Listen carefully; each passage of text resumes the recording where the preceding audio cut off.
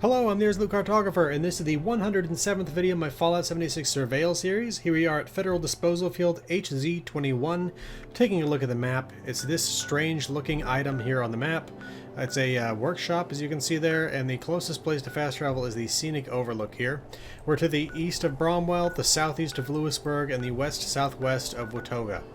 So let's take a look at this place. This limo right here, I assume, was diverted because of this truck issue right here. I think that it was heading probably over to the vault that this character hasn't seen that's right over here at the end of this road. It's probably planning on going up there like that and then over there. But that's also complicated by the fact that there is another limo down there. Here, let me just point it out real quick. We'll talk more about the entirety of this site in just a second. I just wanted to point that out. I don't really know why that's there.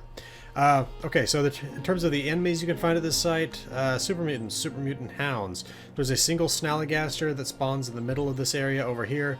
Along with that, there are Radroaches, and I just killed a Scorched Officer over there that hopefully won't be beeping when we go back over there. I grabbed the code off of him, but you never know.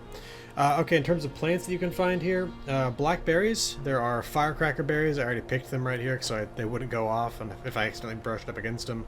Along with that, there are wild carrot flowers. In terms of nodes you can collect from, logs, iron ore, and wood piles. So, as I said, this is a workshop site. There are 3 uranium nodes down there, so you can get nuclear material. There's also an oil sump, and there's also an acid node as well. You can see the uranium ones down there. We'll get a closer look here in just a minute. The oil one you can't see from the gate, but you can see the acid one right there. We'll again cover those when we all get closer. Now, looking at this site, it's got a very strange look to it, and the reason for that is it's an idea that I think is at least 30-ish years old. The idea is if humanity ever becomes extinct, we don't want, or not extinct, but if we basically if we return to the Stone Age, if we wipe ourselves out with nuclear war, or if meteors come crashing down, we don't want the primitive humans that come along, or maybe even whatever next species comes after us, to end up digging at these sites and being killed by the radiation, so we make the sites look really hostile. And that's exactly what the idea is with these spikes here. Now to get one last little overview of this site before we go down in, you can see that we've got all of these ventilation shafts right here that imply that there's something much larger underground here. Unfortunately, we don't have any access to that at this time. It does seem like it would just be additional waste storage, but who knows, maybe we'll find out at some point. Let's head down the hill. The road is severely broken up. I can't tell you exactly why that is. Maybe the earthquakes when the bombs hit. Maybe it's just weathering from water and wind. You never really know. But as you can see, there are waste barrels everywhere. So this place was clearly getting shipped massive quantities of waste. I am wearing my Chinese stealth armor, which is providing a severe amount of radiation resistance, which is good because there's just so much radiation coming up here. As you can see, more barrels there. And as we walk into this main area over here, you can see the dead Snallygaster right there. And along with that, more barrels. We got these forklifts trying to move barrels around. And as I mentioned before, uranium deposits from which you can get nuclear material. Okay, so as you can see, just more and more barrels. Broken security wall around it. I don't know if that's exactly what it's supposed to be. Dead Super Mutant and Hound out here. Let's see if there's anything in this wheelbarrow. Nope. Okay. And yeah, unfortunately that Scorched Officer is just going to keep beeping. I did already loot the code from him. Okay, so we'll head up this way, and we'll head over towards the main structure. The oil sump, we are very close to it now, I believe. Yes, there it is. So you can see. There you go. So you can place an oil resource collector on that so long as you control this workshop right here. Along with that, you can tell that there were raiders here at some point. There's some Firecracker berries. There were raiders here probably before the Super Mutants returned to this area, or maybe even explored this area in the first place. Dead Radroach there. There's some nuclear material in that volatile materials box. We got this porta potty with a suitcase in it. As I mentioned before, there's unfortunately this Scorched Officer over here that's still beeping despite the fact I took the code off of him. I hope that they fix that at some point in the future. Blackberries right there. Okay, I think this is mostly what we need to see on the outside.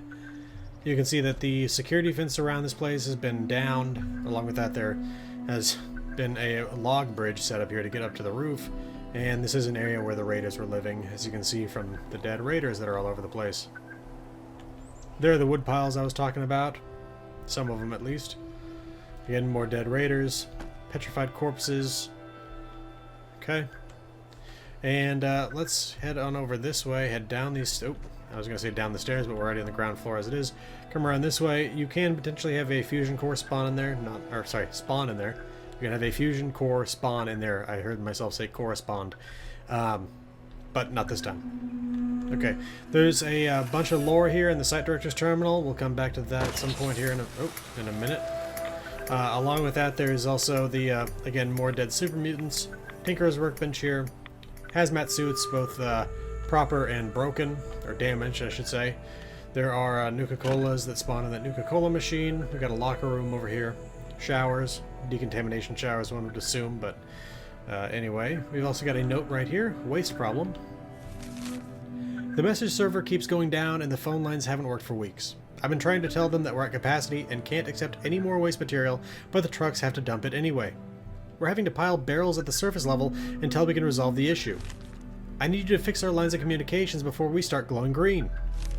So yeah, again, they were completely full and they kept getting more and more waste. Now, from the way that the Department of Energy was operating up at the Emmett Mountain disposal site, it's potentially the case that they knew this site was full and were just continuing to throw waste up here. Let's head upstairs. Okay, another shower. Another hazmat suit. Got some radiation chems and some junk. Another dead super mutant. We can come out here. Another Nuka-Cola machine. A vending machine. Got a pistol right there. This little roof here where you have a Radroach spawn and petrified corpse there. And again, we can get up onto the roof, but we've already been up there. Actually, there's one other thing. You can have a mod spawn right here. Alright, and then there is one other collectible here. Let's, I didn't notice it when we were down here before, but maybe I just missed it. Nope. You can have a plan spawn right here. Alright, that's just getting annoying. Okay. Enough of that. Let's get into this. Okay, 10,000 Years Initiative. 1. Background. Federal Disposal Field HZ-21 is among the first such facilities in the Appalachia region to undergo the 10,000 Years Initiative. At this site, we provide a secure location to dispose of leftover nuclear waste from weapons production and research. Because this waste can take many thousands of years to break down and become safe, we must warn possible future inhabitants that this location is inhospitable to life. The 10,000 Years Initiative aims to solve this problem. 2. Why is this necessary? Even if catastrophic civilization collapse does not occur, standard communications can break down for many reasons over long periods of time. Languages are lost to time or evolve. We do not speak the same English language spoken 1,000 years ago, let alone the same language spoken by our ancestors 10,000 years ago. We do not know who or what will inhabit these lands 10,000 years from now. Additionally, the media for storing such messages can become obsolete due to new technologies. Others, such as paper or paint, do not stand the test of time. 3. Methods. Our goal is to create lasting monuments that convey a sense of danger and harm to those who would come across them. Phase 1 involves the construction of gigantic concrete spikes, which can withstand weather, erosion, and shifting topography. They are designed to invoke a sense of dread and to discourage building on top of them. During Phase 2, we will post sturdy metal engravings around the perimeter. These engravings will be sealed and treated to withstand harsh conditions. They will include pictograms instead of modern language in order to clearly convey a sense of danger to life, transcending any potential language barriers millennia from now. And conclusions. Once the site is filled to capacity, it will be sealed and left alone for as long as it presents a danger to life. While we cannot guarantee safety forever, or that future generations will heed our warnings, we can guarantee that we have done all that is humanly possible to provide the warnings in the first place. Okay, and messages. Unavailable. And transfer logs. And you can see there, we've got logs coming in from August, October, November of 2076, January, February, April, June, July, September, and twice in October of 2077. And you can see that they managed to dispose of everything up until October, and they weren't able to do with much after that. Okay. Alright, so yeah, that explained the whole point of the spikes that I talked about as well. And I think that's most of what you can find here at this site. I kind of want to get out of range of that annoying beeping before we close out here. Alright, let's take a look at the junk that you can find here at this site.